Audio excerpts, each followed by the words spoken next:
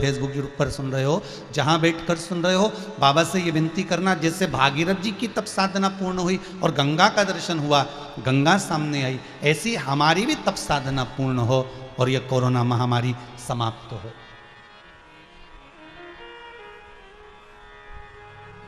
फिर विश्व का कल्याण। फिर वापिस जैसे एक पिंजरे में से पंछी उड़ता है और आकाश मंडल में रहता है और उसका एक आनंद ही दूसरा होता है।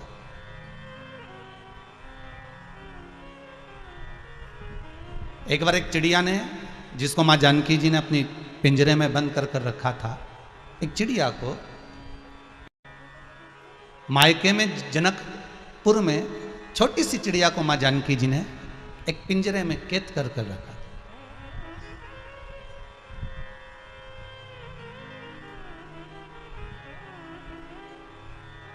तोता और कौआ, इन दोनों में एक बार बहस छिड़ गई और तोता और कौआ में बहस ये छिड़ी कि कौए ने मन में सोचा कि मैं सबसे अच्छा हूं, तो किसी ने कहा तू काय को अच्छा है, तू तो काऊ काऊ करता है, लोग तेरे से तो परेशान रहते हैं, जब भी किसी की छत पर बोलता है तो कहीं 2-4 मेहमान तो टपक ही जाते हैं, आ ही जाते, तो तेरे बोलने और ना बोलने से अगर कोई पक्षी अच्छा है तो देख गरुण जी महाराज जिनके पास में भगवान विष्णु है, तो कौआ पूछा गरुण जी के पास, गरुण जी से कहा महाराज जी आप कैसे हो? गरुण जी कहने लगे भैया अब क्या करो, ड्यूटी तो करना पड़ती है, अब देखो अब रहना तो है बैकुंठनाथ के पास में, तो ड्यूटी तो पूरी करना पड़ेगी, तो मैं ज़्यादा सुखी वुखी नहीं हूँ। तो फिर उसने कहा सुखी कौन? तो कहे बहुत ज़्यादा अगर कोई सुखी है तो वो हंस है। हंस के पास पहुँचे तो हंस कहे मैं भी दुखी। हंस के पास जाने के बाद कहा तो मिट्ठू तोता वो सुखी। तो तोते के पास अगर कौआ पहुंचा तो कौए ने कहा तुम सर्वस्व आनंद में रहते हो, तुम सर्वस्व सुखी रहते हो, तुम आनंद में रहते हो, तुम्हें कैसा महसूस होता है? तोता कहता है बाकी के सब तो ठीक है, पर ये पिंजरे में रहने का जो क्रम है ना, ये श्रेष्ठ नहीं। कौए ने मन में सोचा चलो कम से कम अपन भले भले काले हैं, कर्कश वाणी है अपनी, अपन मान लो आड़ा टेढ़ा बोल भी देते हैं, पर कोई पिंजरे में बंद कर तो नहीं रखता। तो चिड़िया माता जानकी जी से कह रही हैं कि आपने मुझे कैद कर रखा है। जानकी जी कहती हैं तू मुझे अच्छी लगती है इसलिए मैंने तुझे कैद कर रखा। जानकी जी ने जैसे ही कहा तो सीता जी कहती हैं मान लो आपको कोई श्रेष्ठ समझता हो और आपको कोई कैद कर दे तो आपको कैसा लगता है? जानकी जी ने कहा इसमें किसी की सामर्थ्यता हो सकती है जो मुझे कैद कर दे। चिड़िया कहती है मैंने भी यही प्रबलता सोची थी कि मुझे कोई कैद नहीं कर सकता। संसार का एक एक मनुष्य इतना उड़ गया था, इतना उड़ गया था, इतना आगे बढ़ गया था कि वो भगवान के चरणारविंद को, भगवान के चरणों को भूल गया था। मेरे श्रीनाथ जी बाबा के 5 दर्शन हैं भाई। मेरे श्री जी बाबा के 5 दर्शन में चौथे नंबर का दर्शन है मेरे ठाकुर जी की चोटी, मेरे ठाकुर जी की शिखा। ऊपर से नीचे जाती है, नीचे से ऊपर जाती है, ऊपर से नीचे जाती है, नीचे से ऊपर जाती, फिर आखिरी में नीचे जाती है। श्रीनाथ जी की चोटी बताती है कि तुम उन्नति की सीढ़ी पर कितने भी पहुंच जाओ, पर जिंदगी में उतार चढ़ाव आते रहेंगे, और कितने भी उतार चढ़ाव आते रहे पर मेरे चरणों को मत भूल जाना, क्योंकि ये चोटी नीचे का रास्ता दर्शन कराती है कि आप मेरे चरणों को मत भूलना। दुनिया में आप कहीं पर भी चले जाओ, कितने भी ऐश की जिंदगी जियो, कितने भी ठाट की जिंदगी जियो, तुम मुझे मत भूलना। क्योंकि जैसे एक टेबलेट होती है ना, एक दवाई होती है, भले ही कोरोना की वैक्सीन बन गई, वैक्सीन में भी लिखा होगा एक्सपायर्ड डेट, मतलब जो आपको जीवन दान देती है, जो आपको जीवित रखती है, वो जीवन दान देने वाली दवाई भी मर जाती है एक दिन।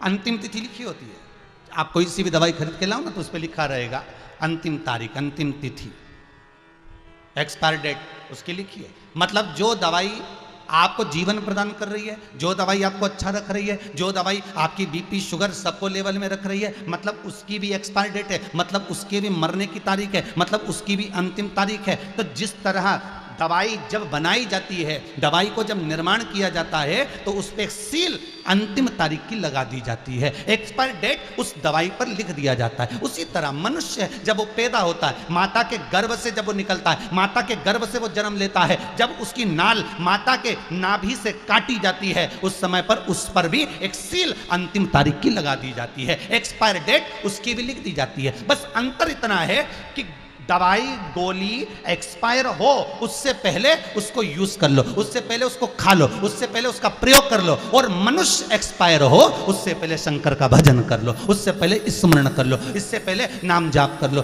दवाई अगर एक्सपायर होने के बाद खाओगे तो नुकसान तुम्हें करेगी, और मरने के बाद अगर कोई दान करेगा, पुण्य करेगा, सत्कर्म करेगा, भजन करेगा कि वो मर गए अब हम 12 ब्राह्मण जिमाएंगे, वो मर गए अब हम 13 ब्राह्मण जिमाएंगे। अब जो मरने वाला था वो तो मर गया, ब्राह्मण जिमा रहे 12 और 13। और पंडित जी से कह रहे हैं हमारी सास को गुलाब जामुन अच्छी लगती थी, महाराज जी एक और ले लो। ऊपर से सास सोच रही हमको तो भूखा मार दिया। मिक्सर में पीस पीस के गुलाब जामुन और जूस सब एक नली के द्वारा 2-4 दिन तक पिलाते रहे और हम ऐसे ही मर गए बिना खाए पिए। और ब्राह्मण को जिमा रहे गुलाब जामुन ने, इमरती ने, भजिया ने, पकौड़ा ने, दही बड़ा ने, आलू बड़ा। तो ब्राह्मण को तुमने खिलाया जरूर। गरुड़ पुराण कहती है कि ब्राह्मण को जिमाओगे वो भी पात्रवान ब्राह्मण। गरुड़ पुराण में एक चीज जरूर लिखी है कि पात्रवान ब्राह्मण। अब ऐसे तो कोरोना की वैक्सीन तो ढेर सारी बन गई, सब कंपनी बना रही है, पर जिसको पात्रता मिली हो, जिसको सील ठप्पा लगाओ कि ये पात्रवान है, इसी को लगाया जा सकता है, इसी को आप यूज कर सकते हो। तो उसी तरह हमारे शास्त्रों में भी कहा गया कि पात्रवान ब्राह्मण को भोजन कराओ, पात्रवान ब्राह्मण को दान करो, पात्रवान ब्राह्मण को या पात्रवान कोई जीव हो उसको प्रदान करिए, इधर उधर नहीं।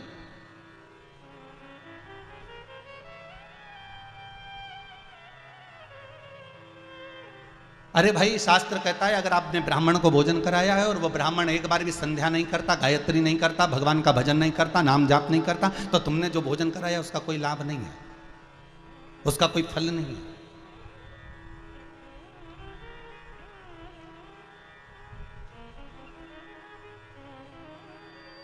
उसकी कोई फलता नहीं, उसका कोई आनंद नहीं। अगर कुछ फल चाहिए तो किसी पात्रता का आनंद लेना पड़ेगा। महाराज दवाई एक्सपायर हो गई, मतलब उसके दवाई के भी मरने की तारीख तिथि सब लिखी हुई है कि इतनी तारीख को ये दवाई मर जाएगी, ये दवाई एक्सपायर हो जाएगी, आपके भी लिखी है। हर घड़ी, हर पल, हर क्षण मृत्यु देवी अपने सिर पर बढ़िया प्रेम से बैठकर चलती है।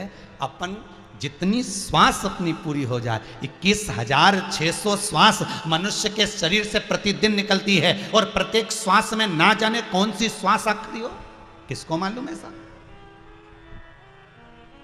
किसको पता है कि कौन सी श्वास आखिरी है? 3.5 करोड़ रोम छिद्र ये मनुष्य के शरीर पर होते हैं।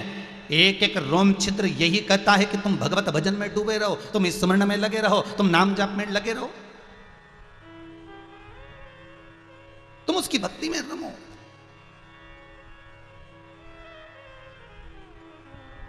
सुशीला सुदामा जी की धर्म पत्नी रोज प्रतिदिन कहती है जाओ जरा द्वारकापुरी में जाइए, द्वारकाधीश का दर्शन कर कर आइए। आप कहते हो आपके मित्र हैं द्वारकानाथ, तो जाओ उनके पास, जाओ आप द्वारकाधीश के दरवाजे पर जाइए। किसी कथाकार ने एक बार कोई नाटक में, सीरियल में बताया था कि सुदामा जी की जो पत्नी थी सुशीला, वो बहुत गुस्से वाली थी, बहुत क्रोध वाली थी, बहुत चिड़चिड़ करती थी। पर श्रीमद् भागवत में अगर आप उठाकर देखेंगे, श्रीमद् भागवत कथा के अंतर्गत कहीं नहीं मिलेगा आपको कि सुशीला क्रोध करती थी, कि सुशीला चिड़चिड़ करती थी, कि सुशीला अपशब्द कहती थी। हाँ, सुशीला एक बात तो कहती थी कि तुम मंदिर जाओ, तुम द्वारकाधीश के दरवाजे पर जाओ। तो ये तो धर्मपत्नी, और हम कहते हैं संसार की सारी नारियों से लाख गुना अच्छी थी वो सुशीला, जो अपने पति से रोज कहती थी कि द्वारका जाओ, द्वारका जाओ, द्वारका जाओ। नहीं तो आज की धर्मपत्नियां सुबह से उठते से कहती दूध की थैली ले आओ, दूध की थैली ले आओ, जाओ जरा गिलकी ले आओ, तुरई ले आओ, लौकी लिया, ये लिया, वो लिया। सुबह से फरमाइश चालू होती है लाने की। पर केवल एक सुशीला थी जो अपने पति से रोज कहती थी, प्रतिदिन उठकर कहती थी कि जाओ द्वारका जाओ, जाओ द्वारका जाओ, जाओ द्वारकाधीश के दरवाजे पर जाओ। आप पहुंचो उसके द्वार, उसके दरवाजे पर, उसकी चौखट पर। सुदामा जी गए भी, लौट कर आए। रास्ते में चलते चलते सुदामा जी के मन में आया कि बताओ, इतना बड़ा राशि ठाट था और भगवान ने मुझे कुछ भी नहीं दिया। परंतु ये गलती मेरी भी है कि मैंने कुछ मांगा ही नहीं। आपको 50 बार, जितनी बार आपने भागवत, शिव पुराण, रामायण जो सुना होगा या शिव महापुराण की कथा यदि श्रवण करी होगी, तो बारंबार आपको एक बात कही कि मंदिर में जाना तो भगवान से कुछ मांगना मत ही, बस अपने दिल की कहकर आ जाना। आप अपने दिल की कह दो। ये सोमानी परिवार अगर आज कथा करवा रहा है ऑनलाइन, सूरत में बैठकर इस कथा का अगर लाभ ले रहे हैं, घर के बच्चे, घर की बहुएं, घर के पोता पोती अगर इस कथा का आनंद प्राप्त कर रहे हैं, तो इनसे पूछा गया, समीर जी ने पूछा, आशीष जी ने पूछा कि साहब आपने कथा ले रहे हो, बात क्या है? तो सोमानी जी का कहना था कि रुद्राक्ष उत्सव में आए थे तब मन में एक भाव था कि ये कथा एक बार शिव महापुराण की कथा हो, ऐसा मन में भाव था। पर कथा इतनी बुकिंग थी कि सोमानी जी को नंबर लग नहीं रहा था। पर भगवान, वो कहते हैं ना, बिल्ली के भाग से छीका फूटा, तो भगवान ने ऐसी कृपा कर दिया। और आज हम एक और बात कहेंगे सोमानी जी कि खबर करिए भाभी जी ने आपके यहाँ से कि आज आपके पिताजी का, अर्थात भाभी जी के ससुर जी का भी आज पुण्यतिथि तारीख है। तो ये एक भाव की बात कि तारीख भी वो मिल गई। ये भगवान की, पितरों की, पूर्वजों की आहुतों की कुछ कृपा होगी, उनको भी कथा सुनना होगा, पितृलोक में बैठकर कथा का रसपान ग्रहण करना होगा। अच्छा काम होता है ना तो पीठ थपथपाई जाती है। बहुत बढ़िया काम करा साहब, बहुत बढ़िया। हमारे पूर्वजों की, हमारे पितरों की पीठ देवता थपथपाते हैं कि तुम्हारे घर के बच्चे, तुम्हारे घर की बेटा बहू, तुम्हारे घर के पोता बहू, तुम्हारे घर के पोते पोतियां, पड़ पोते ऐसा शुभ कार्य कर रहे हैं, वो पीठ थपथपाते हैं। हम कई बार बोले आपको, एक पहले भी कहा कि भगवान शंकर के मंदिर में जाना, विश्वनाथ के मंदिर में जाना, तुम जिस मंदिर में जा रहे हो, तुम्हारे पास में जो मंदिर हो, अभी मत जाना भाई, लॉकडाउन में हो, नहीं तो अभी चले जाओ। और बाद में कोई पूछे तो कह दिया सियोर वाला महाराज बोला था, हो तुम अभी मत जाना, हो तुम्हारी मर्जी पड़े, जब लॉकडाउन वॉकडाउन हट जाए नहीं उसके बाद चले जाना।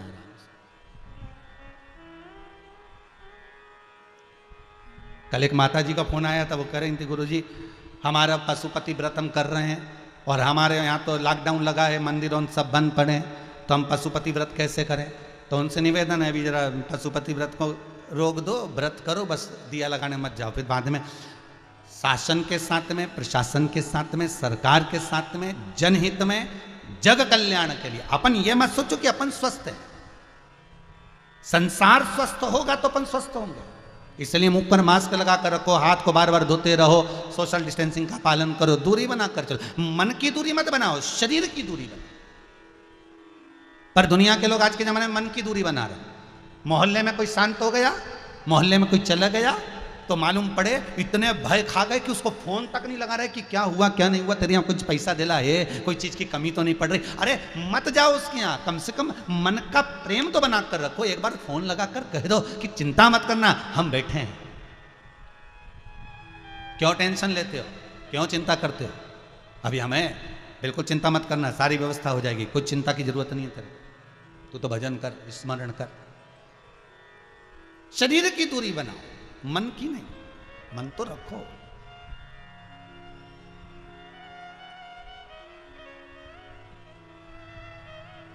और शिव कथा कह रही है, सुदामा जी के मन में यह भाव आ गया कि मैं गया और मैंने कुछ मांगा नहीं। और आपसे भी निवेदन है, जितने लोग आस्था चैनल के माध्यम से कथा सुन रहे हैं, आपसे भी निवेदन है, मंदिर में जाना तो भगवान से कुछ मत मांगो। तेरे मंदिर में आना मेरा काम है और मेरी बिगड़ी बनाना तेरा काम है, हमें नहीं चाहिए कुछ भी। भगवान को धन्यवाद जरूर देना कि तूने अच्छे घर में जन्म दिया, अच्छा कुल दिया, अच्छा परिवार दिया, अच्छी पत्नी, अच्छा पति दिया, अच्छे बच्चे दिए, अच्छी बहू दी, अच्छा पोता पोती दिया, नाती पंती अच्छे दिए, और तेरी इतनी कृपा थी कि तूने धन दौलत भी बहुत दी। मैंने क्या करा था मुझे नहीं मालूम, मैं पूर्व में कितना पुण्य कर कर आया, दान कर कर आया, सत्कर्म कर कर आया, ये मुझे नहीं मालूम, पर तेरी कृपा है जो अच्छे कुल में जन्म दिया, अच्छे वंश में जन्म दिया, अच्छा परिवार, अच्छे पुत्र, अच्छी पुत्र वधुएं, अच्छे पोता पोती सब तूने दिए। ये तेरी कृपा है, तेरी कृपा से के बिना कुछ मिल भी नहीं सकता। हमें तो मालूम नहीं था, ना जाने कौन सा पुण्य करा था। भगवान को बार बार धन्यवाद देना कि तेरी कृपा है। अच्छा हुआ तूने 3 बत्ती चौराहे पर मुझे नहीं बिठाया कटोरा लेकर, अच्छा हुआ किसी के ऐसे के घर में जन्म नहीं दिया, अच्छा हुआ तूने शरीर पूरा दिया। मालूम पड़े एक आध आंख माख निपटा के भेज देता तो क्या झगड़ा करने ऊपर जाता। ये तो उसकी कृपा, उसकी दया, उसकी उदारता है जो उसको तुम धन्यवाद दे सकते हो। उसको तुम बार बार कह सकते हो कि तेरी कृपा से आज मैं स्वस्थ हूं, तेरी कृपा से आज मैं घर में आनंद में विराजमान हूं। इससे पहले वाली कथा में कहा था कोरोना महामारी, कोरोना वायरस तुम्हारे मोहल्ले में पहुंच गया, तुम्हारी कॉलोनी में पहुंच गया, तुम्हारे दरवाजे तक पहुंच गया, किसी किसी के तो घर तक पहुंच गया। उसके बाद भी बाबा भोलेनाथ ने, त्रिकालदर्शी कैलाशी मेरे शंभू ने तुमको बचा कर रखा है, हाथ में झेल कर रखा है। तो शंकर को बार बार धन्यवाद देते रहना कि तेरी कृपा से बचा हुआ, नहीं तो मेरी मल्टी में, मेरे फ्लैट के पास में ना जाने कहां कहां तक आ गया। ये तेरी कृपा है, तेरी कृपा।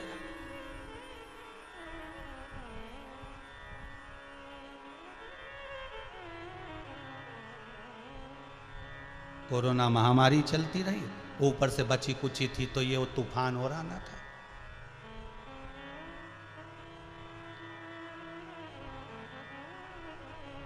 क्या नाम था? तोके तोके ताऊ।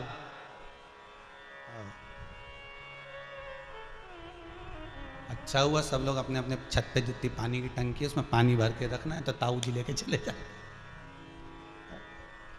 इतना भारी हवा चल रही है, इतना बड़ा तूफान जैसा और बचा था तो ये आ गया। परंतु सीख तो ये भी देता है कि क्रोध और आंधी ये दोनों बहुत तेज होते हैं। क्रोध और आंधी बहुत तेज होते हैं, बहुत तीव्रता से आते हैं। क्रोध भी बड़ी तीव्रता से आएगा, भयंकर, ये कर दूं, वो कर दूं, तोड़ दूं, फोड़ दूं, अपशब्द कह दूं, ताने दे दूं, गाली दे दूं, ना जाने क्या क्या बोल दूं। क्रोध और आंधी ये दोनों बहुत तीव्र होते हैं, पर ये दोनों जब समाप्त होते हैं, जब ये दोनों शांत होते हैं, तब मालूम पड़ता है कि नुकसान कितना हुआ। तब ज्ञात होगा कि नुकसान कितना हुआ। क्रोध जब समाप्त होगा तब लगेगा मैंने मम्मी को गलत कह दिया, मैंने पापा को गलत कह दिया, फिर किसी को लगेगा मैंने जीजी को गलत कह दिया, मैंने भाभी को गलत कह दिया, मैंने भैया को गलत कह दिया, मैंने देवर को गलत कह दिया, मैंने अपने काका जी को गलत कह दिया। जब क्रोध समाप्त होगा तब मन में लगेगा, और आंधी भी जब समाप्त होती है तब मालूम पड़ता है कि कितना नुकसान हुआ है। क्रोध और आंधी ये दोनों बड़े प्रबल होते हैं, पर समाप्त होने के बाद मालूम पड़ता है कि नुकसान कितना किया गया।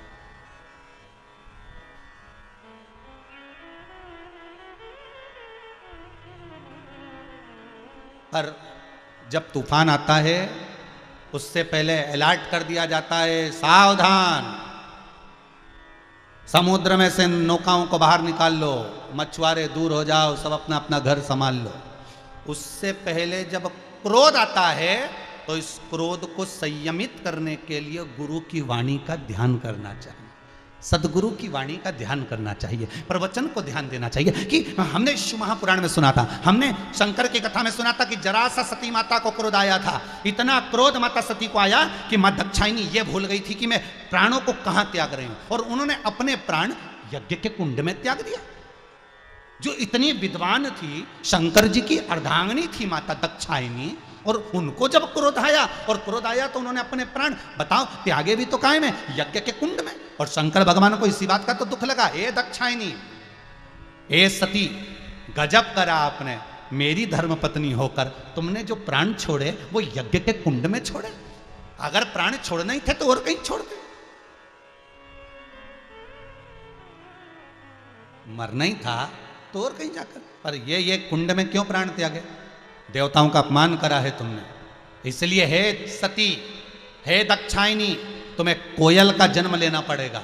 और इससे पहले वाली कथा में कहा था कि दक्षायनी को पार्वती बनने से पहले कोयल बनना पड़ा था, और 2 आषाढ़ के अधिक पड़े थे, अधिक मास 2 पड़े थे, तब जाकर ये कोयल की योनि से छूटी थी, फिर वापिस हिमालय राज की कन्या पार्वती बनी थी, फिर बनी। थोड़ा सा क्रोध आता है और वो क्रोध में हम अपना नुकसान कर लेते हैं।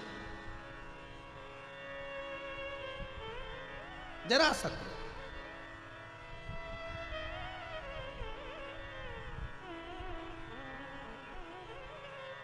जरा सा गुस्सा आया और हमने अपना अहंकार दिखाया, तुम मुझे जानते नहीं हो, मैं हूं क्या। जिस दिन मेरा समय आएगा ना, उस दिन बताऊंगा कि मैं हूं क्या। अभी तुम मुझे पहचानते नहीं हो। क्रोध, अहंकार, अभिमान, जिस दिन मेरा समय आएगा मैं एक एक को बताऊंगा कि मैं हूं क्या। बस मेरा समय का इंतजार है मुझे। और एक दिन छाती में दर्द हुआ, हॉस्पिटल लेकर गए, डॉक्टर ने कह दिया समय आ गया। तब समझ में आया कि समय आना इसको कहते हैं। बाकी का जो समय गया वो तो जिंदगी जीने के लिए है, आनंद के लिए, अलमस्तता के लिए, भगवान के भजन के लिए, नाम जाप के लिए, नाम कीर्तन के लिए, नाम स्मरण के लिए। इसलिए बार बार कहते हैं कि श्वास में शिव समाया है और इस शिव को हमें पहचानना है। सुदामा जी जाते जाते अपने घर की ओर जब बढ़ रहे हैं तो उनके मन में यह आ रहा है कि मैंने कुछ मांगा नहीं, मैंने कुछ लिया नहीं, मैंने कुछ कहा नहीं। आपसे भी निवेदन है कि आप भगवान के मंदिर में जाओ, कुछ मत मांगो, कुछ मत बोलो, तुम तो जाओ, बस तेरे मंदिर में आना मेरा काम है। बस उससे जाकर नयन मिला लो, उससे जाकर दर्शन कर लो।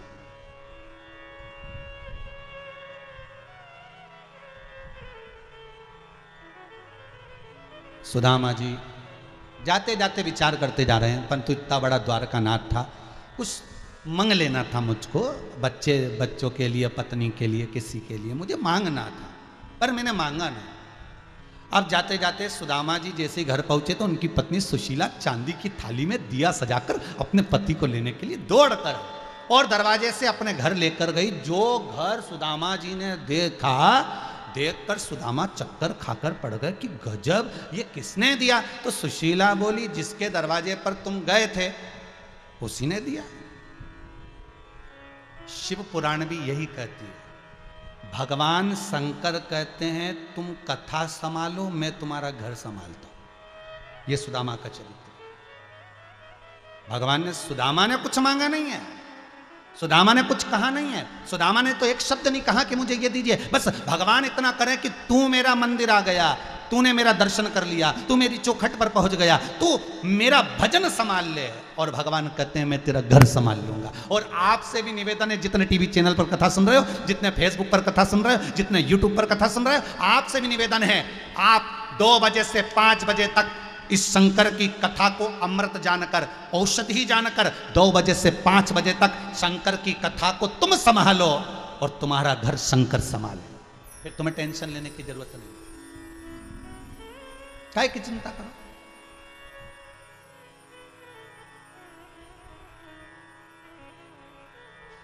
काय की चिंता। अभी 15 को समापन हुई थी कथा। 16 तारीख को किसी बहन का फोन आया था लातूर से, हमारे पड़ोस में उनसे बात चल रही थी तो उन्होंने कहा हमारे पड़ोस में एक बेचारी, उसके घर के सब चले गए, अब उसकी बस केवल अम्मा बची है और एक बेचारी छोटी लड़की बची। गुरुदेव बड़ा बुरा कोरोना आया। अब पूरे लातूर वालों को चिंता लगी कि इनका क्या होगा। तो हमने कहा लातूर वालों को चिंता करने की जरूरत नहीं है, चिंता करे वो जिसने जन्म दिया।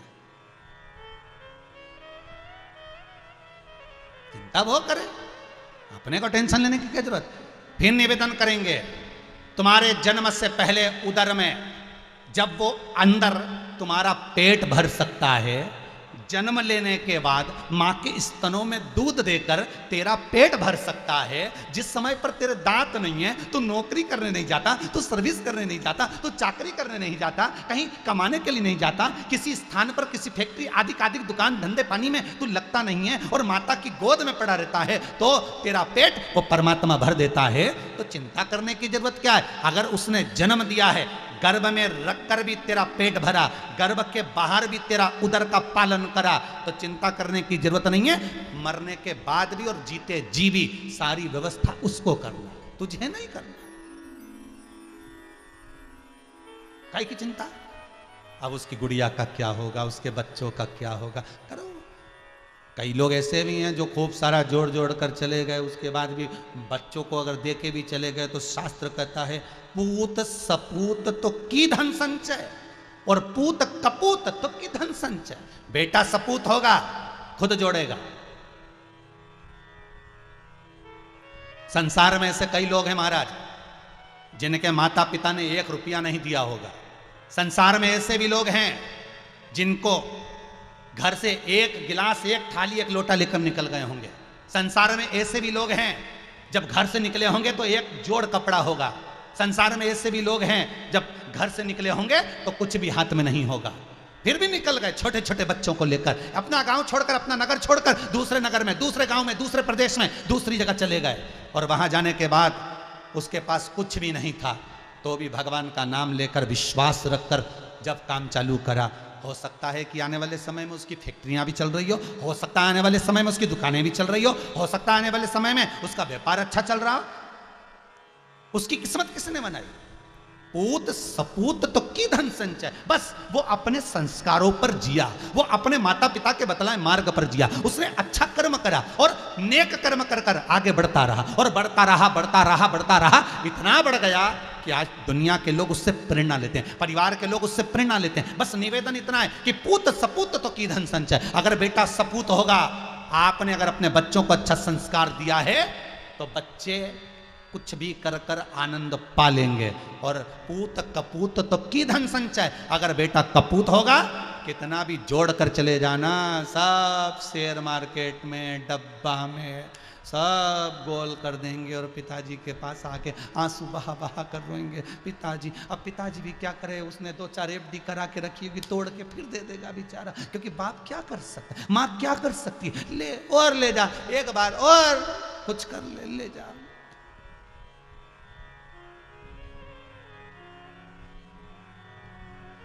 दिया उसने। माता पिता और परमात्मा बड़ा दयालु होता है साहब। बच्चा कितना भी घाटा लगा कर आ जाए, फिर माता पिता उसको आगे बढ़ाने का प्रयास करते हैं। परमात्मा भी ऐसे ही होता है। कितनी बार लोगों ने इधर उधर भटका दिया, अरे कहाँ हनुमान जी के मंदिर जाए, कहाँ शंकर जी के मंदिर जाता है, कहाँ भगवान के मंदिर जाता है। वो तो सीवर वाला महाराज तो यूं ही लगा रहे, उनका तो यही काम है, बस 2 बजे से 5 बजे तक कथा में बैठ जाए, टीवी चालू कर लो और कथा सुन। तो उनका तो यही काम सीवर वाला महाराज का, तो कि बोलते जाओ बस है। कहाँ इनके चक्कर में पड़े। दुनिया के लोग तुम्हें मार्ग भटकाने का काम करेंगे और जब मार्ग भटक जाएगा तब संसार में जाकर ऐसे खड्डे में गिर जाओगे, बास पीस कोई सदगुरु ही निकाल कर लाएगा। फिर मन में आएगा कि परमात्मा का भजन कर ले, स्मरण कर ले। ये संसार सागर व्यर्थ है, व्यर्थ। पर शास्त्र कहता है जब जागो तब सवेरा। शिव महापुराण की कथा कहती है, एक चोर चोरी करने गया, राजा के महल में चले गया, वहां से चोरी कर कर भागा। राजा ने दूतों को पीछे लगा दिया। दूत देखते हुए जा रहे हैं, सैनिक इसके पांव देखते देखते देखते देखते गए तो आगे जाके गांव में गए तो जंगल में तो एक दूसरे गांव में पहुंच गया। और दूसरे गांव में जैसे गया वो चोर, उसके पांव के निशान देखते देखते देखते पहुंच गए तो एक जगह पर कथा हो रही थी, एक जगह पर शिव महापुराण की कथा चल रही थी, प्रवचन चल रहे थे। और शिव पुराण के अंदर सत्संग में, प्रवचन में वो चोर जाकर बैठ गया। सिपाहियों ने विचार करा, इसके कदम यहां तक आए, मतलब ये कथा में बैठा है, अपन सब यहीं खड़े रहो, जैसे ही उठेगा वैसे ही दमोच लेंगे, पकड़ लो। महाराज जी ने प्रवचन में खूब सुंदर सुंदर कथा कही। संसार में जन्मे हो, भगवत स्मरण करो। ये मनुष्य की देह है, बहुत छोटी सी बुलबुला है, कब चले जाएगा पता नहीं पड़ पाएगा। अपनी जिंदगी को आनंदमय जियो, सत्यता का भाव रखो। उसने सुन लिया, चोर की बुद्धि बदल गई। सैनिक सब जाने लगे, सैनिक ने इसको पहचान लिया, इसको पकड़ के राजा के पास ले गए। महाराज ये चोर है। सैनिक, राजा ने पूछा तुम कैसे पहचाने कि यही चोर है? इसके कदम, इसके चरण के चिन्ह से हम पहचान गए, इसके चिन्ह और चोर के चिन्ह एक जैसे थे। अच्छा। राजा ने उससे पूछा तुमने चोरी करी है?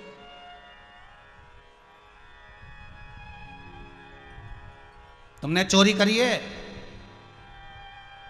जल्दी बोलो। चोर बोला महाराज इस जन्म में तो मैंने चोरी नहीं करी। राजा ने कहा झूठ तो नहीं बोल रहे? सत्य कहता हूं, इस जन्म में मैंने चोरी नहीं करी है। पक्का? बिल्कुल पक्का।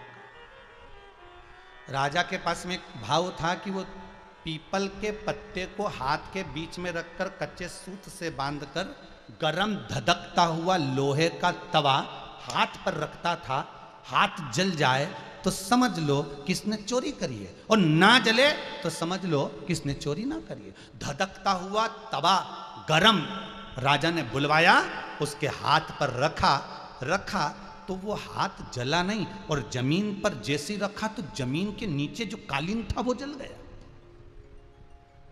वो हाथ नहीं जला। जब हाथ नहीं जला तो राजा ने कहा अपने सैनिकों से, अरे तुमने इसको पकड़ कर लिया, ये कितना बेचारा सत्यवादी है और इस पे झूठा इल्जाम लगा दिया।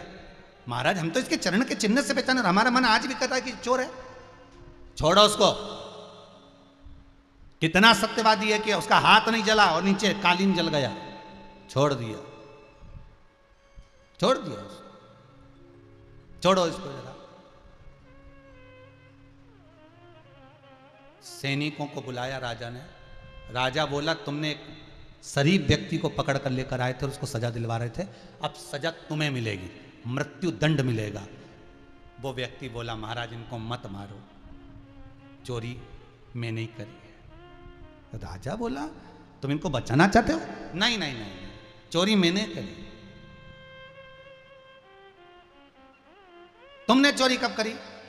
अगले जन्म में। चोरी मैंने करी अगले जन्म में? हाँ। चोरी का सामान तुम्हारे पास में? हाँ, चलो मेरे साथ दिखाता हूं। और जहां रखा था धन दे दिया। राजा ने पूछा तूने चोरी अगले जन्म में करी? हाँ, पिछले जन्म में। और इस जन्म में बिल्कुल नहीं करी। तो राजा ने पूछा ऐसा हुआ क्या? उस चोर ने कहा महाराज जब तक कथा नहीं सुनी थी उससे पहले एक जन्म था जिसमें मैं छल भी करता था, कपट करता था, बेईमानी करता था, प्रपंच करता था, झूठ बोलता था। एक जन्म वो था और कथा सुनने के बाद मेरा दूसरा जन्म हुआ है जिसमें मैंने विचार कर लिया कि अब मैं चोरी नहीं करूंगा। तो ये मेरा जिस जन्म में मैंने चोरी करी उस जन्म का बता दिया। तो मैं सत्य कहता हूं कि इस जन्म में अर्थात जब से मैंने कथा सुनी है, जब से मैंने भजन किया है, जब से मैंने स्मरण किया है, जब से मैंने नाम जाप लिया है, तब से मैंने ये सब काम बंद कर दिया। आपसे भी निवेदन है यही समझना कि शिव महापुराण की कथा सुनी उस दिन से हमारा दूसरा जन्म हो गया, हमारा दूसरा जन्म है। कहीं भगवान की कृपा हो, कहीं उसकी कृपा। तुम चंदा बनो तो मैं तारे बनूं, तुम चंदा बनो तो मैं तारे बनूं, आकाश में मिलेंगे ओ भोलेनाथ, आकाश में मिलेंगे ओ भोलेनाथ, तेरे संग में रहूंगी ओ भोलेनाथ, तेरे संग में रहूंगी ओ भोलेनाथ, मेरे ओ भोलेनाथ, ओ भोलेनाथ, मेरे ओ भोलेनाथ, ओ भोलेनाथ, मेरे ओ भोलेनाथ, ओ भोलेनाथ, मेरे ओ भोलेनाथ, ओ भोलेनाथ, तेरे संग में रहूंगी ओ भोलेनाथ, तेरे संग में रहूंगी ओ भोलेनाथ। जय हो।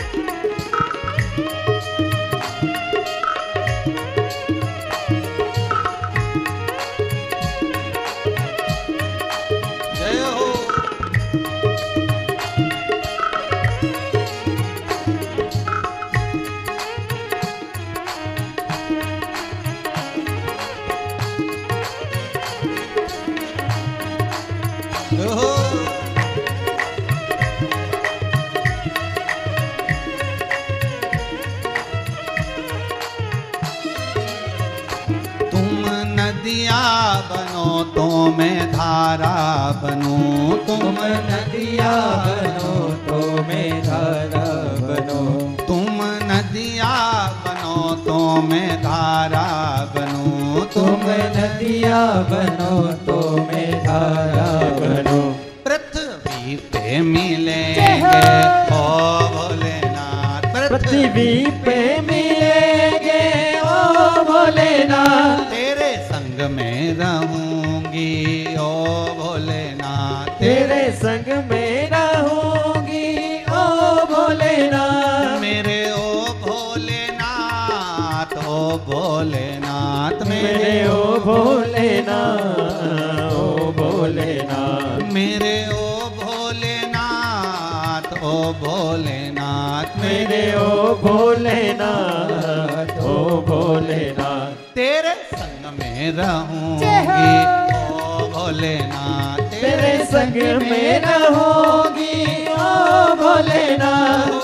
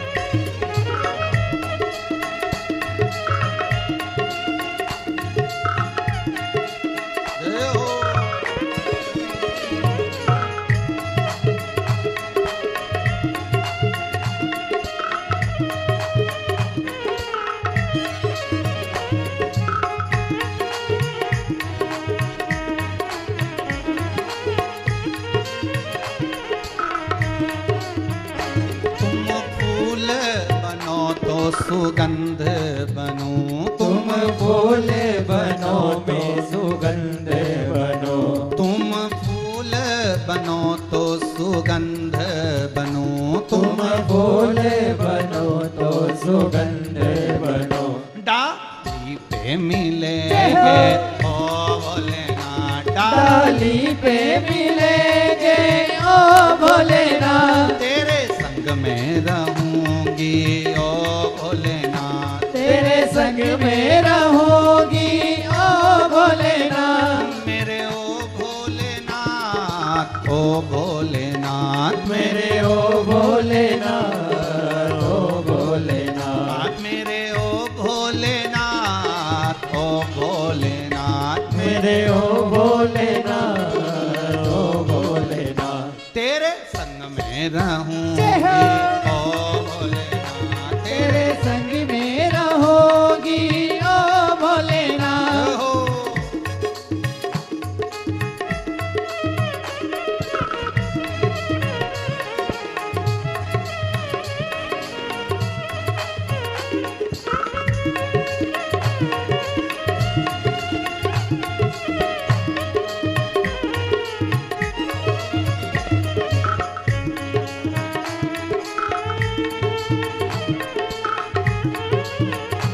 जितने टीवी के सामने बैठे हो दोनों हाथों से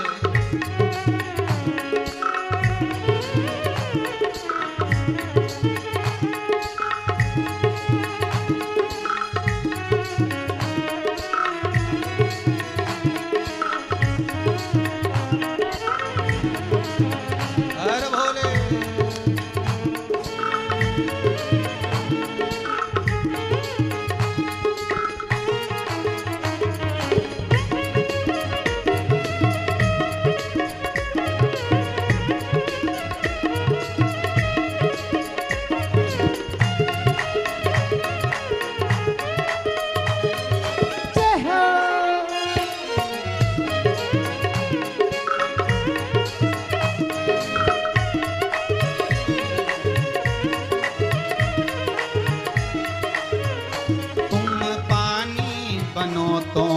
मछली बनूं, तुम पानी बनो तो मैं मछली बनूं। तुम पानी बनो तो मैं मछली बनूं, तुम पानी बनो तो मैं मछली बनूं।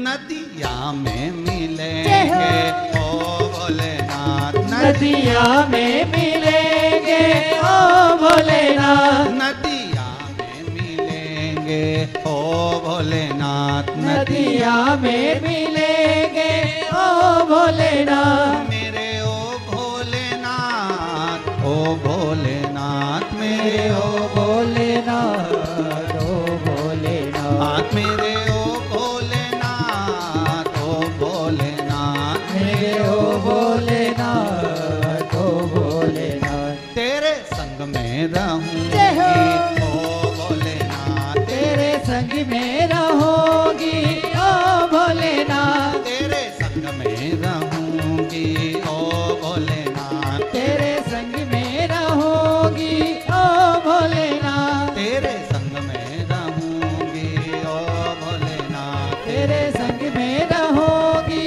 ओ भोलेनाथ। तेरे संग में रहूंगी ओ भोलेनाथ। तेरे संग में रहोगी ओ भोलेनाथ। हर हर महा, अरे कंजूसो दोनों हाथ उठाकर बोलो, जितने टीवी के सामने बैठे हो, जितने मोबाइल के सामने बैठे हो, मोबाइल सामने रख दो पर हाथ उठाकर बोलो हर हर महा। ये बात हो।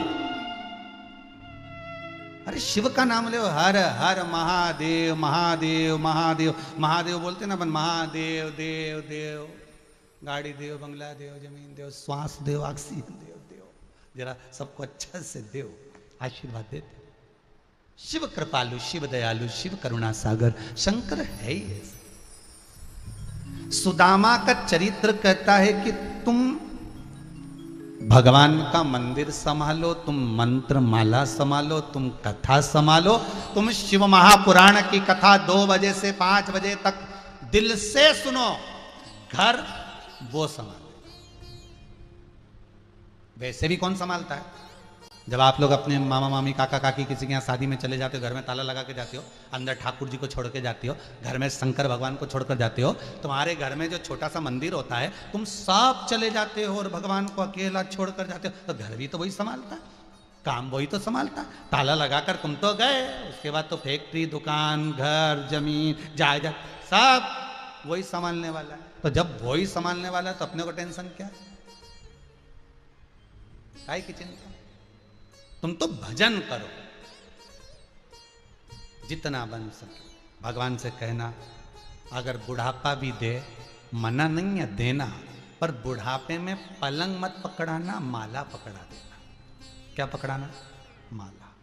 पलंग मत पकड़ाना। नहीं तो कई लोग उनको देखा बुढ़ापे में पलंग पकड़ा देते हो, 8-8 दिन, 20-20 दिन, 50-50 दिन बेचारे खा रहे पी रहे नहीं, पड़े हुए हैं। भगवान से कहना, बुढ़ापा देना पर पलंग मत पकड़ाना, बुढ़ापे में माला पकड़ाना। जब तक जीऊं तेरा भजन श्री शिवाय नमस्तुभ्यम जपती रहूं, जपाती रहूं और कहती रहूं।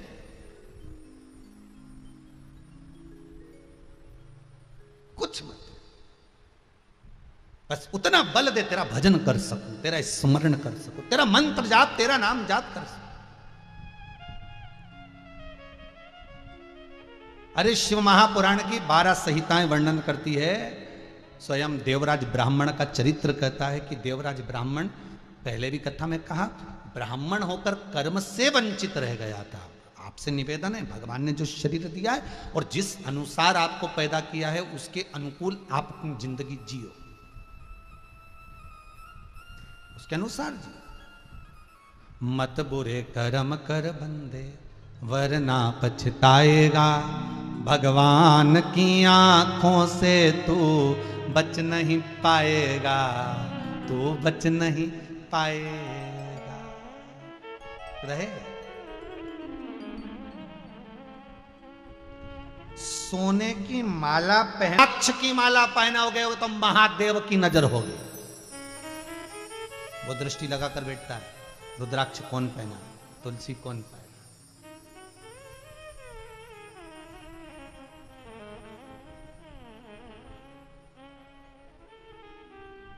कितना फ्रिज में मिठाई रखी रहती है, कितनी घर में ड्राई फ्रूट्स रखा रहता है, फल रखे रहते हैं, पर मरने वाले के लिए हमेशा लोग एक ही चीज कहते हैं, तुलसी का दल दे दो, गंगा जल दे दो।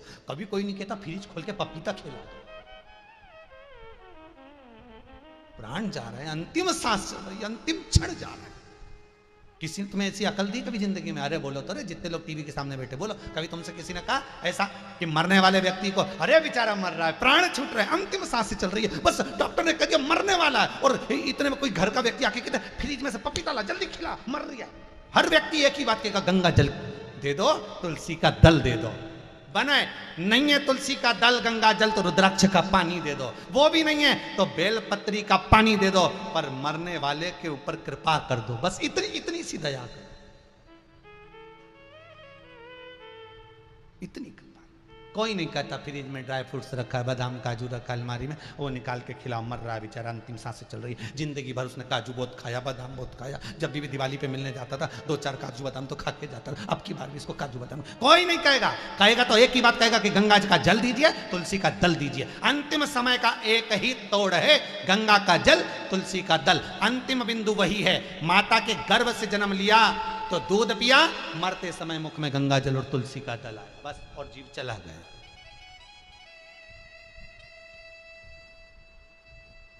तुम ऊपर, नीचे तुम्हारी तैयारी गुलाब जामुन दही बड़ा है, नुक्ती और सेव।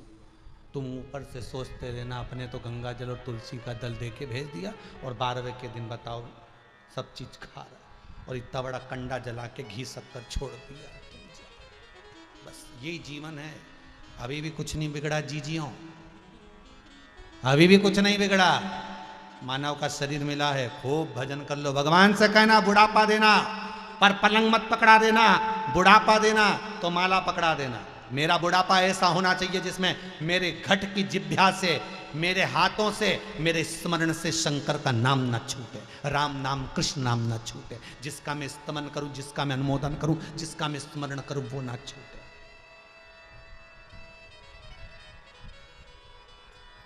छूट जाए ना माला कहीं प्रेम की, टूट जाए ना माला कहीं प्रेम की, वरना अनमोल मोती बिखर जाएंगे। टूट जाए ना माला कहीं प्रेम। तो प्रभु से कहना, हमें बुढ़ापा भी आए तो पलंग मत पकड़ाना, माला जरूर पकड़ाना। भजन करती रहूं, नाम जाप करती रहूं, स्मरण करती रहूं, अंतिम बिंदु तक श्री शिवाय नमस्तुभ्यम का स्मरण कर कर अंत में तेरे धाम को चले नहीं चाहिए। अंतिम बिंदु, अंतिम। अच्छा, अरे भाई, देवराज नाम का ब्राह्मण चोरी का धन लेकर गया, मंदिर में बैठकर कुछ देर की शिव पुराण की कथा सुन ली। बाद में जब प्राण छूटे, कथा में कहा था कि बेलपत्री की पेड़ की छांव में प्राणों को छोड़ा था, इसलिए भगवान शंकर के धाम चले गया। हिंदू धर्म में एक नियम आज भी है कि जब कोई व्यक्ति मरता है, अब अभी कोरोना काल के अंतर्गत तो जो मर रहे हैं उनको डायरेक्ट ले जा रहे हैं और डायरेक्ट जला देते हैं, पर पहले ऐसा नियम था कि कोई मरने वाले व्यक्ति को कंधे पर अगर लेकर जाते थे तो एक जगह विश्राम स्थल होता था, एक जगह अर्थी को थोड़ी देर रखते थे। वो रखने वाली जो जगह होती थी वहां बेलपत्री का पौधा होता था, बेलपत्री का पेड़ होता था। क्यों? क्योंकि बेलपत्री के पेड़ के नीचे, बेलपत्री के वृक्ष की छाया किसी मरे हुए मुर्दे पर भी अगर पड़ जाती थी, वो जो मर गया है उसके शरीर को लेकर जा रहे हैं, और उस शरीर पर अगर वो बेलपत्री की छाया पड़ जाती थी तो उसको नरक नहीं भोगना पड़ता था, वो कैलाश के धाम में रहकर भगवान का भजन करता था। वो जीवात्मा फिर नरक नहीं भोगती, ना प्रेत की योनि, भले उसने जिंदगी में कितना पाप कराओ, भले उसने जिंदगी में कितना भी पाप कर्म कराओ। इससे पहले वाली कथा में कहा था, ये सोमानी जी करा ना, इससे पहले वाली जो बंसल परिवार कराए थे उसमें वर्णन करा था कि बेलपत्री का फल, बेले का फल या उसका रस अगर मुख में चला जाता है तो 27 दिन तक वो उदर में रहता है। 27 दिन के अंदर भी अगर किसी के प्राण छूट जाते हैं तो उसका फिर जन्म नहीं होता, वो भगवान के धाम में रह जाता है। फिर वो पुनरपि जननम पुनरपि मरणम, मृत्यु और जन्म के प्रपंच से दूर हो जाता है। मृत्यु और जन्म के प्रपंच से दूर।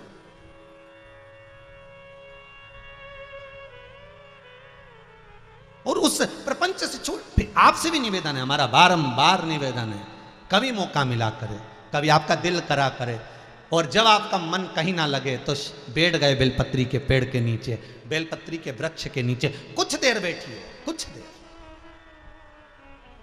और एक निवेदन जरूर करेंगे, जिस दिन आपका मन दुखी हो या हृदय में कुछ ग्लानि सी हो या घर में अशांति हो, कुछ मत करो, एक बेलपत्री का मात्र, इस बेलपत्र का मात्र एक पत्ते ही हथेली में रखकर आप घर में ही बैठ जाओ, कुछ देर बस उस पत्ते को निहारते रहो, उस पत्ते का स्मरण करते रहो, उस बेलपत्र।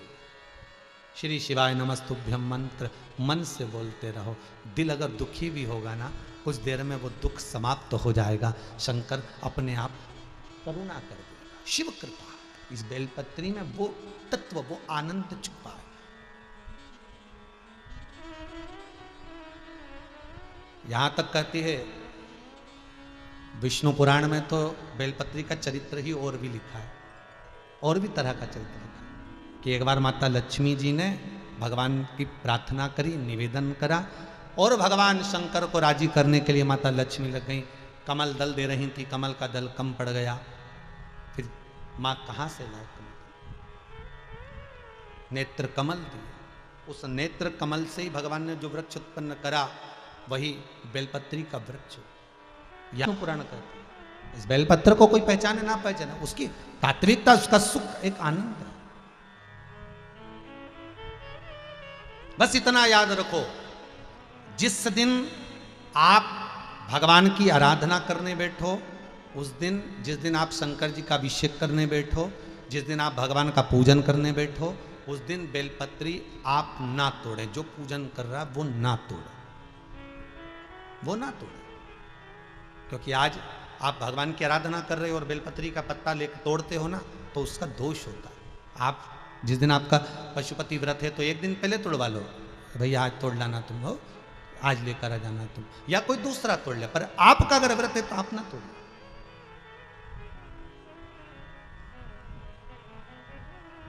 आप तो निर्मल मन से भगवान को रिझा। और कई बार लोग कहते हैं महाराज जी अगर मान लो हमारे पास बेलपत्री नहीं है, बेलपत्र हमारे पास में नहीं है, तो हम शंकर का अनुमोदन कैसे करें?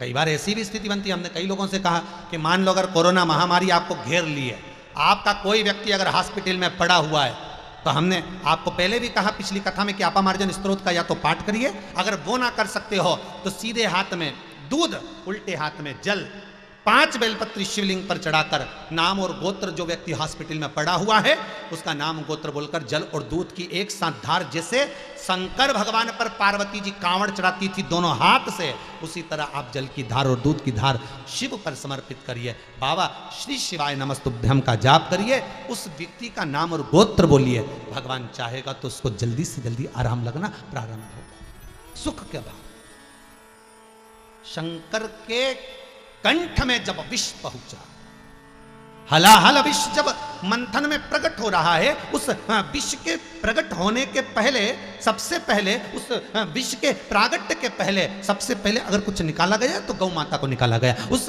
विष के प्रबलता में, उस विष की प्रथमता में अगर प्रकट किया गया तो गौ माता को प्रकट किया।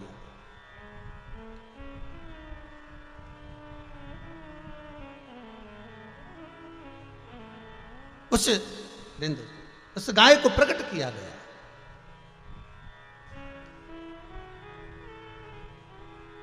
और गौ माता को प्रकट करा, और गाय को प्रकट करने के बाद उसके प्रागट्य का कारण क्या था, उसको प्रकट करने का कारण क्या है, उसको प्रकट क्यों किया गया, उसकी प्रागट्यता का कारण क्या है? तो उसके प्रागट्यता का कारण केवल एक है कि जब विष भीतर जाएगा और उस विष की तपन जब मुझे सताएगी, उस समय पर केवल गौ माता का दूध एक अमृत है। गौ माता का दूध ही एक ऐसा है जो मुझे बचा सकता है, केवल गाय का दूध ऐसा है वो मुझे बचा सकता है। केवल गाय का दूध, उसके सिवा कुछ नहीं। और आज भी आपसे निवेदन है, आज भी आप लोगों से निवेदन है, अगर आपके पास में गौ माता है, आप गौ माता की सेवा में लगे हुए हैं, कोरोना जैसा वायरस भले अपनी जगह पर है, पर गौमूत्र, गाय का गोबर, पंचगव्य, गाय का दूध, दही, घृत आदि आदि, इसका अगर आप सेवन कर रहे हो, इसका अगर आप स्पर्श कर रहे हो, थोड़ी देर बैठकर गौशाला में गौ माता की सेवा कर रहे हो, थोड़ी देर गोबर उठा रहे हो, गौमूत्र से आप सफाई कर रहे हो, तो उसका जो स्पर्श शरीर पर होता है, उससे जोरदार कोई औषधि नहीं हो सकती। मुझे वो दूध, इसलिए आज भी कहते हैं शंकर भगवान पर अगर दूध और जल दोनों एक साथ चढ़ता है, शंकर को प्रिय क्या है? जल और दूध। आप एक लोटा पानी चढ़ा दो, दूध चढ़ा दो, पर वो अपना होना चाहिए। और तुम लोग जैसा दिखावे वाला नहीं कि मंदिर में गए तो मंदिर का ही लोटा भर के पानी उठा लिया, मंदिर का ही लोटा उठा लिया, मंदिर का ही पानी उठा लिया और उठा के शंकर जी पे चढ़ा दिया, और इतने बड़े प्रेम से चढ़ाया कि हमारा पानी हमने चढ़ा दिया, शंकर जी प्रसन्न हो गए। काहे का प्रसन्न हो गए? भगवान के नाटक करे जबरदस्ती का। बताओ, आई थी तो घर से जल भी लेकर आना था, जलो। श्री शिवाय नमस्तुभ्यम मंत्र का स्मरण करते रहो। सब लोग एक बार प्रेम से बोलेंगे, जितने आस्था चैनल पर सम्मुख बैठे, जितने मोबाइल पर सुन रहे हो, प्रेम से बोलिए श्री, साथ में बोलो श्री शिवाय नमस्तुभ्यम, श्री शिवाय नमस्तुभ्यम, श्री शिवाय नमस्तुभ्यम। जपते रहो, जपाते रहो, स्मरण करते रहो। देवराज के प्राण छूट गए, था ब्राह्मण, ब्राह्मण की योनि से प्राप्त तो हो गया, ब्राह्मण की योनि मिल भी गई, ब्राह्मण का जन्म भी मिल गया। कितने मुश्किल से प्राप्त होता है अच्छे कुल में जन्म।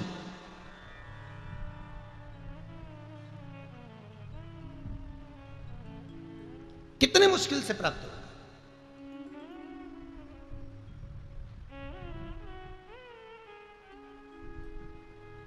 आज ये कथा सोमानी परिवार करा रहा है, तो हम उनसे कहेंगे कि आप भी माहेश्वरी हैं,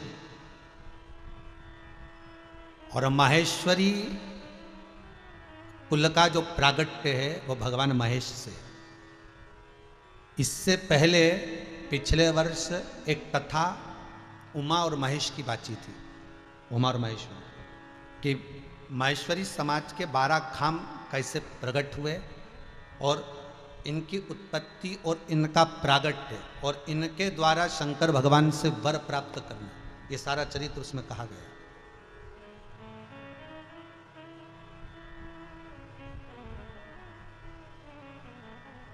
तो बड़े प्रसन्नता होना चाहिए, बड़ा आनंद होना चाहिए कि आप भगवान महेश के वंशज हो। पर कई कई जगह दुख इस बात का होता है, कई कई भाई ऐसा कर, हम शंकर जी का प्रसाद नहीं लेते, हम शिव जी के मंदिर नहीं जाते, हम नारायण वाले, हम श्री जी वाले, हम ये नहीं करेंगे, हम शंकर का नाम नहीं लेंगे, हम शंकर का प्रसाद नहीं लेंगे। कई बार शंकर जी से भी पार्वती जी ने कहा कि लोग कहते हैं कि हम शिव जी का प्रसाद नहीं लेंगे, हम शंकर के मंदिर नहीं जाएंगे, कोई कहता है हम नारायण वाले, कोई कि हम शिव जी वाले, कोई कि हम ये वाले। तो शंकर जी बोले तुझे किस बात का दुख है, तू तो ये बता। पार्वती जी बोले मुझे दुख इस बात का होता कि आपके प्रसाद का और आपका अपमान करते हैं। शंकर जी बोले भले मेरा नाम नहीं लेंगे, राम कृष्ण कुछ तो बोलेंगे, जो बोलेंगे बोलने दे, जीते जी मेरा नाम नहीं लेंगे, मरने के बाद तो आएंगे तो मेरे पास। फिर वही वाली बात आ गई, मकान तुम्हारी पसंद का होगा और मसान शंकर की पसंद का होगा। आएगा तो यहीं। शंकर जी बोले मेरे घर में आएगा ना तब मैं निपट लूंगा कि तूने कितना नाम लिया। ऐसी गीली लकड़ी में जलाऊंगा बापड़ा के 3 दिन ठंडा नहीं होने दूंगा, आखिरी में भी ठंडा नहीं होगा। भले ना जपे। कई कई लोग कह देते हैं, जब भगवान महेश की जयंती मनाते हैं कई लोग, तो उसमें भी शोभा यात्रा में भी कई लोग ऐसे, हाँ हम नहीं जाएंगे भैया, हम तो ये वाले, हम क्यों जाएंगे, हम वो वाले। अरे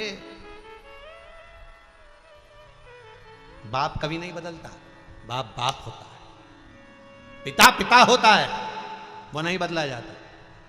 भले तुम मार्ग हम जपो, चाहे राम कहो, चाहे कृष्ण कहो, चाहे भवानी कहो, चाहे दत्त कहो, चाहे पांडुरंगा कहो, तुम्हारी मर्जी पड़े वो भजो, भजो, मना नहीं। पर पिता पिता, उसका अपमान नहीं होना चाहिए, उसका अपमान नहीं। हम कई माहेश्वरी भाइयों को देखते हैं तो देखकर हम कहते हैं कि ये शिव के वंशज है, कृपा पात्र हैं ये शंकर, उनको भूलना नहीं है।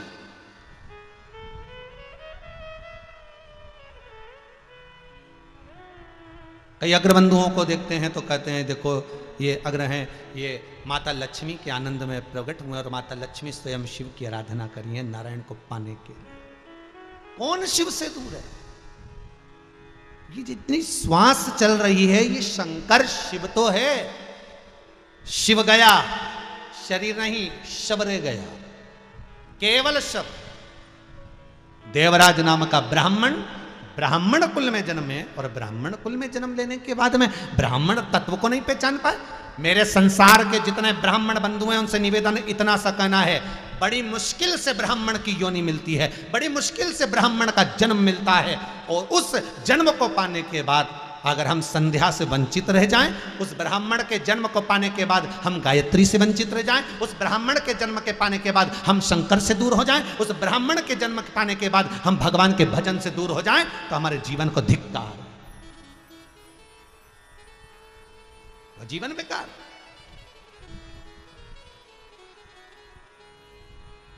जैसे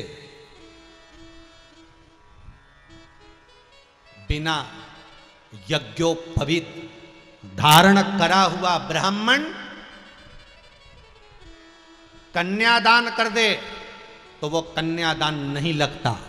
बिना यज्ञोपवीत पहना हुआ ब्राह्मण अग्निदान कर दे, अग्निदान नहीं लगता। बिना यज्ञोपवीत पहना ब्राह्मण गौदान कर दे, गौदान नहीं लगता, क्योंकि कंधे पर ये यज्ञोपवीत का जो सुख है। इसलिए आज भी विवाह में, शादी में, चाहे किसी भी समाज का हो, किसी भी वर्ण का हो, उसका यज्ञोपवीत कराया जाता है। उसके लिए यज्ञोपवीत की महत्वता दी जाती है। वो नहीं बनेगा तो गणेश जी को, शंकर जी को आदि आदि नमनता के भाव से दिया जाता है, उसका सुख प्राप्त। देवराज वंचित था, ब्राह्मण होकर भी वंचित था, भगवान की भक्ति से वंचित था।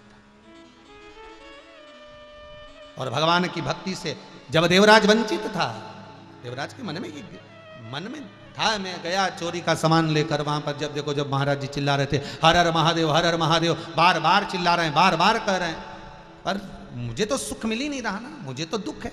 शरीर में अगर कष्ट हो,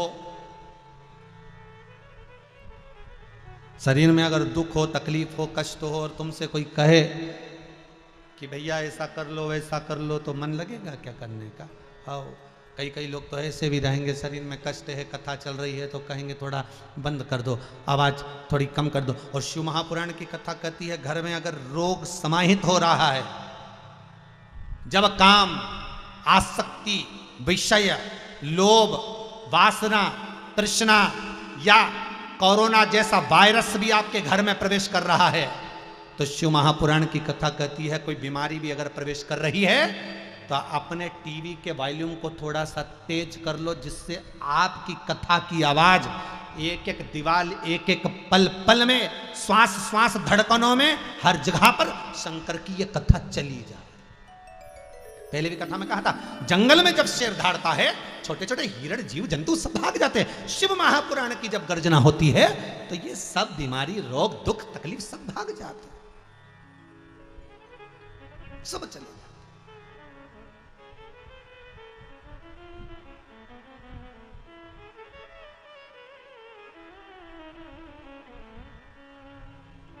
एक जगह समीर जी के पास में एक न्यूज़ होगी अखबार की, उसमें इंदौर महू के अखबार में एक न्यूज़ छपी है।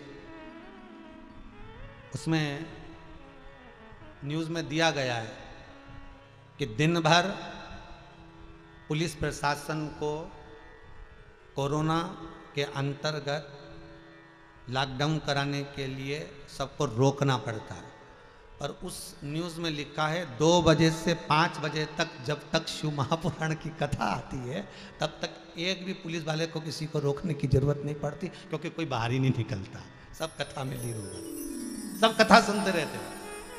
वो अखबार में न्यूज़ छपी है, मैं समीर जी से कहूंगा वो न्यूज़ लाकर आस्था चैनल पर दिखाएं। वो अखबार में न्यूज़ छपी,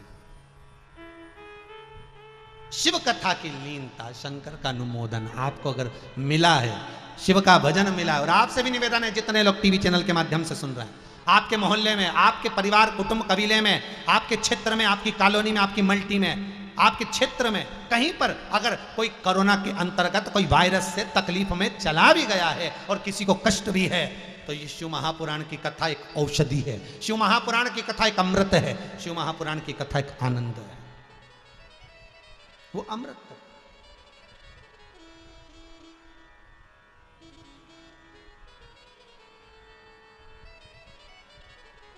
अरे वो शंकर का अनुमोदन एक आनंद दे जाता है, उसको पहचानिए, उसको जानिए, और जब उस कथा को हम जानेंगे, उस कथा को हम पहचानेंगे कि शंकर का अनुमोदन, शंकर का स्मरण, शंकर का कथा का रसतत्व ग्रहण था, आनंद था, वो जीवन का सुख देगा, वो एक आनंद देगा महाराज। और जब शिव महापुराण की कथा का रसतत्व देवराज के कानों में पड़ा, तो देवराज को लगा कि शरीर में कष्ट है, और ये महाराज चिल्ला चिल्ला कर रहा है, हर हर महादेव, हर हर महादेव। हम बार बार जब कहते हर हर महादेव, हर दुख हर कष्ट हर, हमारी रोग, हमारी बीमारी, हमारी तकलीफों को हर तार वो शिव। फिर कहूंगा, जीवन में जब दुख आता है, तकलीफ आती है, कष्ट आता है, तो ब्राह्मण एक ही बात